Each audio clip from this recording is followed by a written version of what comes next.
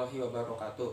Nama saya Arya Pratama Iqbal. Nama saya Andi Siti Azalia Razikin. Saya Aldi Rolanda Putra. Nama saya Leveliani. Saya akan menjelaskan tentang jenis-jenis tenaga kerja. Saya akan menjelaskan pengertian ketenaga kerjaan. Upaya peningkatan kualitas tenaga kerja. Saya akan menjelaskan tentang pasar tenaga kerja.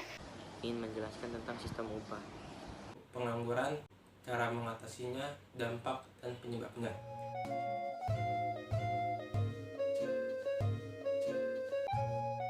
Assalamualaikum warahmatullahi wabarakatuh. Nama saya Andi Siti Azalia Razikin dari kelompok 1. Saya akan menjelaskan pengertian ketenaga kerjaan.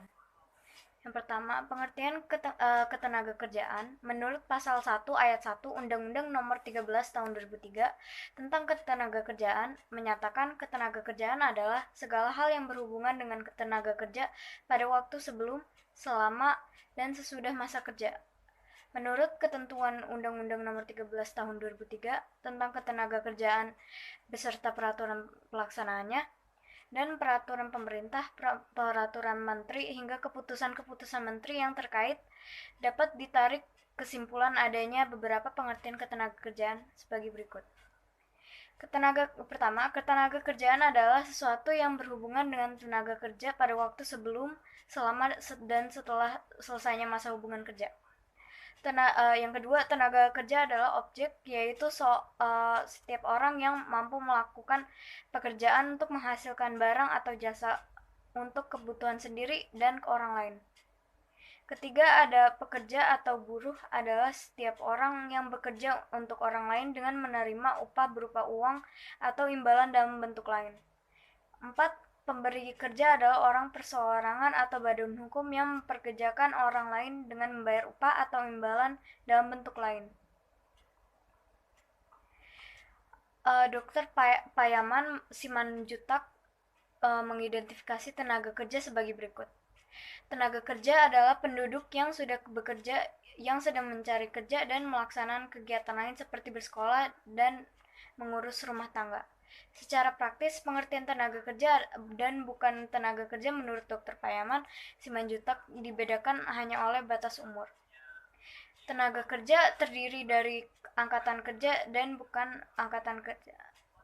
Angkatan kerja atau labor force terdiri dari golongan yang bekerja dan golongan yang menganggur atau sedang mencari pekerjaan. Kelompok bukan angkatan kerja terdiri dari golongan yang bersekolah, golongan yang mengurus rumah tangga, dan golongan-golongan lain yang menerima pendapatan. Golongan yang bersekolah adalah mereka yang kegiatannya hanya atau terutama bersekolah. Golongan yang mengurus rumah tangga adalah mereka yang mengurus rumah tangga tanpa memperoleh upah. Sedang yang tergolong dalam lain-lain ini ada dua macam, yaitu penerima pendapatan, yaitu yang tidak melakukan sesuatu kegiatan ekonomi tetapi memperoleh pendapatan seperti tunjangan pensiun, bunga atau simpanan uang atau sewa atas milik. Dan mereka yang hidupnya tergantung dari orang lain, misalnya karena lanjut usia, cacat, atau sakit kronis. Ketiga, golongan dalam kelompok bukan angkatan kerja ini, kecuali mereka yang hidupnya tergantung dari orang lain sewaktu-waktu dapat menawarkan jasanya untuk bekerja. Oleh sebab itu, kelompok ini sering juga dinamakan sebagai potential labor force atau PLF.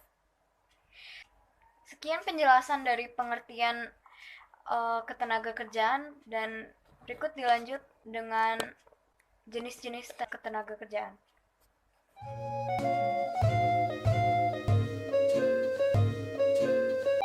Assalamualaikum warahmatullahi wabarakatuh. Perkenalkan, nama saya Leveliani. Saya akan menjelaskan tentang jenis-jenis tenaga kerja. Yang pertama, berdasarkan sifat kerjanya.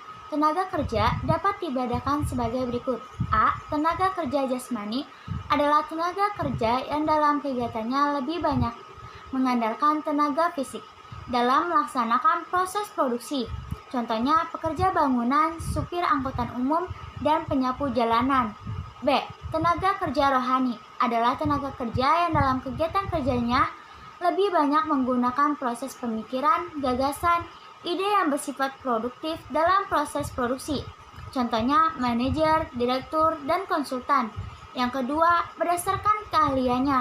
Tenaga kerja dapat dibedakan sebagai berikut. A. Tenaga kerja terdidik adalah tenaga kerja yang memerlukan kemahiran pada suatu bidang melalui sekolah atau pendidikan. Misalnya dokter, hakim, pengacara, guru, akuntan, notaris, insinyur, dosen, ekonomi, dan polisi. B. Tenaga kerja terlatih adalah tenaga kerja yang memerlukan latihan dan pengalaman kerja. Misalnya tukang masak, sopir pelayan toko, montir, penjahit, dan pelukis. C. Tenaga kerja tidak terdidik dan tidak terlatih adalah tenaga kerja yang tidak memerlukan pendidikan dan latihan sebelumnya, hanya mengandalkan tenaga saja. Misalnya pesuruh, kuli bangunan, buruh gendong, pembantu rumah tangga, tukang becak, dan tukang sampah. 3. Berdasarkan hubungannya dalam proses produksi, tenaga kerja dibedakan sebagai berikut.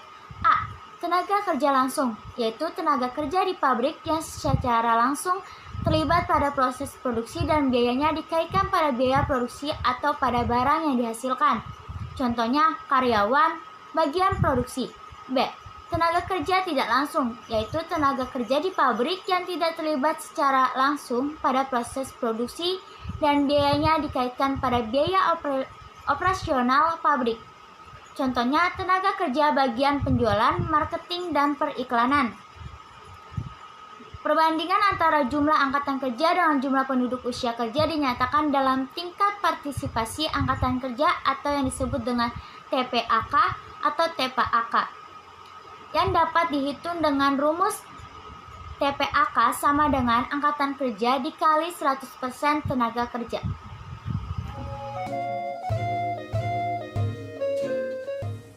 Upaya peningkatan kualitas tenaga kerja. Yang pertama, meningkatkan kualitas pendidikan.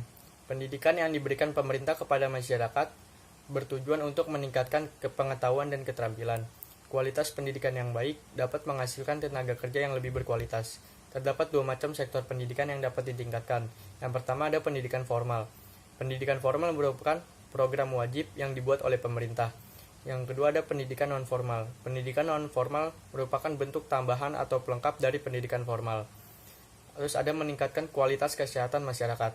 Dengan meningkatkan kualitas kesehatan masyarakat, produktivitas tenaga kerja dapat ditingkatkan. Hal ini dapat terjadi karena semakin tinggi kualitas kesehatan masyarakat, dapat menjamin tenaga kerja agar dapat bekerja secara optimal dan tidak mudah sakit. Yang ketiga, menyelenggarakan program pemagangan. Menurut UU Nomor 13 Tahun 2003 tentang Ketenagakerjaan, pemagangan adalah bagian dari sistem pelatihan kerja yang diselenggarakan secara terpadu antara pelatihan di lembaga pelatihan dengan bekerja secara langsung di bawah bimbingan dan pengawasan instruktur atau pekerja yang lebih berpengalaman dalam proses produksi barang dan atau jasa di perusahaan dalam rangka menguasai keterampilan dan keahlian tertentu. Yang keempat ada memberdayakan Balai Latihan Kerja atau BLK secara optimal. BLK adalah sarana dan prasarana tempat pelatihan untuk mendapatkan keterampilan atau yang ingin mendalami keahliannya di bidang masing-masing. Karena bersifat kejuruan, maka keterampilan yang dipelajari dapat digunakan sebagai keahlian kerja langsung sesuai dengan kebutuhan dunia kerja. Yang kelima ada mempercepat sertifikasi profesi tenaga kerja. Sertifikasi merupakan suatu pengakuan terhadap tenaga kerja yang mempunyai pengetahuan, keterampilan, dan sikap kerja sesuai dengan kompetensi kerja yang telah dipersyaratkan, sehingga dapat menjamin kredibilitasnya dalam melakukan pekerjaan yang menjadi tugas dan tanggung jawab dari tenaga kerja yang bersangkutan. Yang keenam ada menyelenggarakan pelatihan berkala untuk meningkatkan keterampilan kerja. Sebuah badan usaha dapat berusaha untuk meningkatkan kualitas tenaga kerjanya dengan mengadakan pelatihan berkala. Pelatihan ini dapat bersifat internal atau eksternal. Pelatihan internal berarti bahwa pelatihan tersebut diselenggarakan dan dilaksanakan oleh pihak perusahaan itu sendiri. Sedangkan pelatihan eksternal berarti bahwa pelatihan tersebut diselenggarakan dan dilaksanakan oleh pihak perusahaan yang bekerja sama dengan pakar atau ahli dengan bidangnya, sesuai dengan bidangnya. Yang ketujuh, penerapan bonus atau reward dan sanksi atau punishment. Pemberian bonus dan sanksi dapat menumbuhkan semangat atau motivasi untuk bekerja lebih baik dari tenaga kerja. Pemberian bonus dapat berupa promosi atau kenaikan upah, sedangkan pemberian sanksi dapat berupa sebuah peringatan, penurunan jabatan, atau pemotongan gaji. Penggunaan sistem bonus dan sanksi yang tepat dapat membuat tenaga kerja bekerja secara optimal.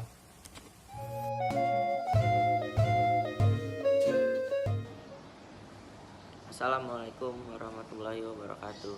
Saya Aldi Rolanda Putra dari kelas 11 IPS 3 ingin menjelaskan tentang sistem upah. Pengertian sistem upah. Sistem upah merupakan kebijakan dan strategi yang menentukan bayaran atau upah yang diterima oleh para pekerja sebagai balas jasa atas hasil kerja mereka. Arti upah menurut undang-undang terdapat dalam Undang-Undang Nomor 13 Tahun 2003 tentang Ketenagakerjaan bab 1 pasal 1 ayat 30. Menurut Imam Supomo, upah terdiri atas komponen-komponen sebagai berikut. 1. Upah pokok merupakan dasar yang dibayarkan kepada pekerja menurut tingkat atau jenis pekerjaan. 2.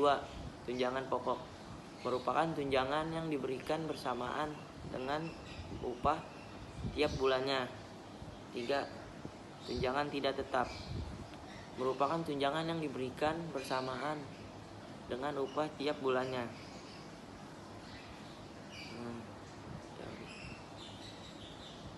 Teori dan sistem pengupahan. Macam-macam bentuk upah antara lain. 1. Upah berdasarkan waktu. Upah yang dihitung berdasarkan banyaknya waktu atau jam yang diberikan pekerja terhadap perusahaan. 2. Upah berdasarkan hasil. Upah yang didasarkan atas hasil yang diperoleh pekerja secara kuantitas atau jumlah dalam kurun waktu produksi secara individu maupun tim. 3. Bonus. Upah tambahan yang diberikan kepada karyawan di samping gaji sebagai penghargaan. Terakhir, fungsi upah. Upah yang diberikan kepada pekerja diarahkan untuk dapat menjamin 3 fungsi. 3 fungsi pokok upah sebagai berikut. 1.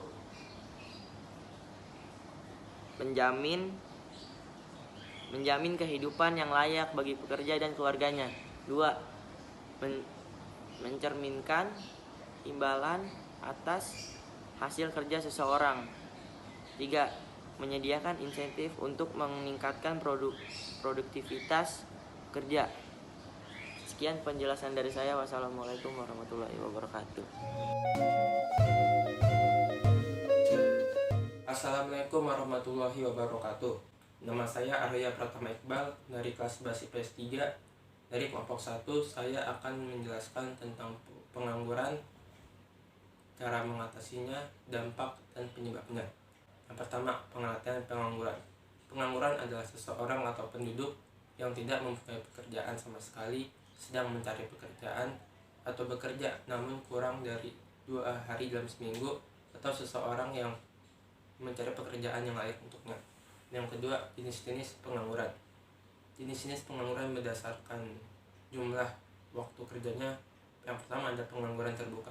Pengangguran terbuka adalah seseorang atau penduduk yang tidak mempunyai pekerjaan namun sedang dalam mencari pekerjaan, dan seseorang atau penduduk yang tidak aktif dalam mencari pekerjaan dengan alasan sudah mempunyai pekerjaan namun belum mempunyai pekerjaan. Yang kemudian ada setengah pengangguran. Setengah pengangguran adalah penduduk atau seseorang yang bekerja kurang dari jam kerja normal atau kurang dari 40 jam dalam seminggu. Dibagi 3. Yang pertama ada pengangguran terpaksa, yaitu penduduk yang bekerja pada bidang pekerjaan tertentu dengan upah tertentu. Kemudian ada pengangguran sukarela yang disebabkan tenaga kerja tidak mau menerima pekerjaan dengan upah yang berlaku di pasar. Kemudian ada pengangguran bruto, yaitu pengangguran yang merupakan gabungan dari pengangguran sukarela dan terpaksa. Kemudian ada pengangguran terselubung. Pengangguran terselubung adalah seseorang atau penduduk yang bekerja namun tidak sesuai dengan latar belakang, kemampuan, keahlian dan pendidikannya. Yaitu pengangguran. Kemudian ada pengangguran berdasarkan faktor penyebabnya. Yang pertama ada pengangguran friksional. Pengangguran friksional adalah pengangguran yang disebabkan tidak bertemunya permintaan dan penawaran tenaga kerja. Kemudian ada pengangguran siklikal. Pengangguran siklikal terjadi karena naik turunnya kegiatan perekonomian suatu negara.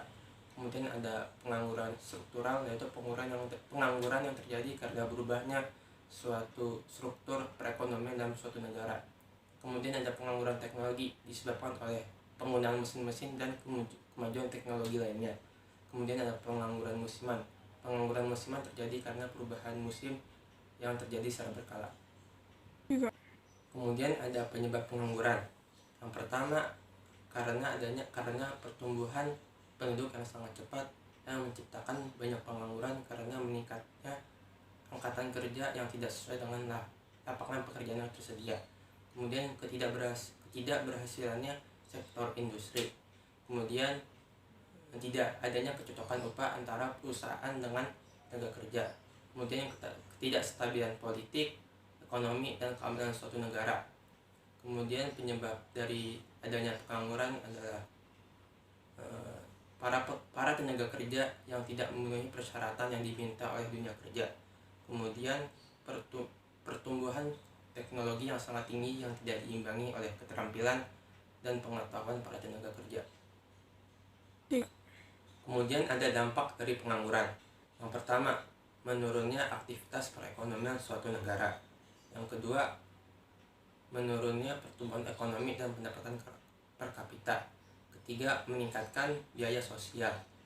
Yang keempat, menurunnya tingkat keterampilan. Yang kelima, menurunnya penerimaan negara.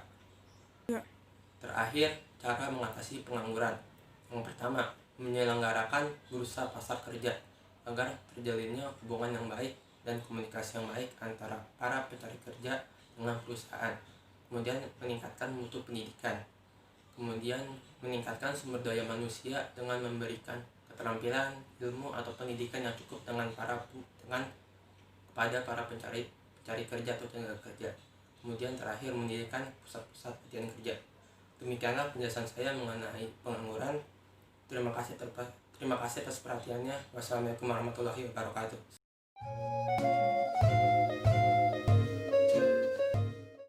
Saya akan menjelaskan tentang pasar tenaga kerja dari pengertian, fungsi, jenis, ciri-ciri, beserta kelebihan dan kekurangannya. Pengertian pasar tenaga kerja. Pasar tenaga kerja dapat diartikan sebagai suatu pasar yang mempertemukan penjual dan pembeli tenaga kerja.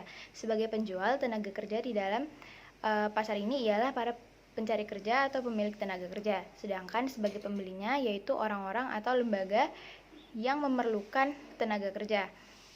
Pasar tenaga kerja diselenggarakan dengan maksud untuk mengkoordinasi pertemuan antara para pencari kerja dan orang-orang atau lembaga-lembaga yang membutuhkan tenaga kerja. Lalu ada pula fungsi pasar tenaga kerja. Yang pertama berfungsi untuk sarana penyaluran tenaga kerja. Yang kedua berfungsi untuk sarana mendapatkan informasi tentang ketenaga kerjaan. Yang ketiga berfungsi untuk sarana untuk mempertemukan pencari kerja dan orang atau lembaga yang membutuhkan tenaga kerja. Lalu ada manfaat adanya bursa tenaga kerja, yaitu bermanfaat untuk membantu para pencari kerja dalam mendapatkan pekerjaan sehingga bisa mengurangi pengangguran. Yang kedua, bermanfaat untuk membantu orang-orang atau lembaga-lembaga yang memerlukan tenaga kerja untuk memperoleh tenaga kerja. Yang ketiga, bermanfaat untuk membantu pemerintah dalam mengatasi permasalahan ketenaga kerjaan. Selanjutnya ada jenis-jenis pasar tenaga kerja. Yang pertama ada pasar tenaga kerja terdidik, terlatih, tidak terdidik, dan tidak terlatih. Ciri-ciri pasar tenaga kerja terdidik yaitu pasar yang mempertemukan permintaan dan penawaran tenaga kerja terdidik. Lalu pasar tenaga kerja terlatih yaitu pasar yang mempertemukan permintaan dan penawaran tenaga kerja terlatih.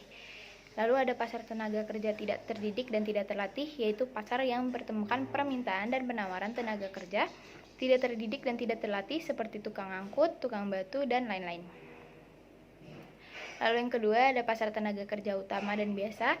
Pasar tenaga kerja utama atau primary labor market yaitu pasar tenaga kerja yang mempunyai ciri-ciri sebagai berikut. Terjadi pada lingkungan perusahaan yang besar, manajemen perusahaan sangat baik, tingkat pendidikan dan keterampilan yang dibutuhkan sangat tinggi, gaji dan upahnya tinggi, jaminan sosial yang baik, disiplin pegawai sangat tinggi, jumlah perpindahan pegawai juga sedikit. Lalu ada pasar tenaga kerja biasa atau secondary labor market, yaitu pasar tenaga kerja yang mempunyai ciri sebagai berikut, yaitu terjadi pada lingkungan perusahaan yang kecil, manajemen perusahaan yang kurang baik, tingkat pendidikan dan keterampilan yang dibutuhkan juga rendah, gaji upah rendah, jaminan sosialnya kurang, disiplin pegawai rendah, dan sering terjadi perpindahan pegawai. Lalu yang ketiga ada pasar tenaga kerja intern dan ekstern. Yang keempat ada pasar tenaga kerja dalam negeri dan luar negeri. Lalu yang kelima ada pasar tenaga kerja persaingan sempurna. Yang keenam ada pasar tenaga kerja monopoli. Yang ketujuh ada pasar tenaga kerja monopsoni. Yang kedelapan ada pasar tenaga kerja monopoli bilateral. Ya, itu adalah jenis-jenis pasar tenaga kerja. Lalu selanjutnya adalah kelebihan dan kekurangan pasar tenaga kerja. Kelebihan adanya pasar tenaga kerja adalah untuk membantu mengurangi pengangguran, untuk membantu bagi pencari kerja maupun pengusaha atau perusahaan yang membutuhkan tenaga kerja, untuk menambah devisa negara, untuk memudahkan mendapatkan sebuah informasi tentang lowongan pekerjaan baik di dalam negeri maupun di luar negeri, untuk membantu dengan cepat mengisi posisi pekerjaan dengan tenaga kerja yang sesuai dengan kemampuan yang dimiliki.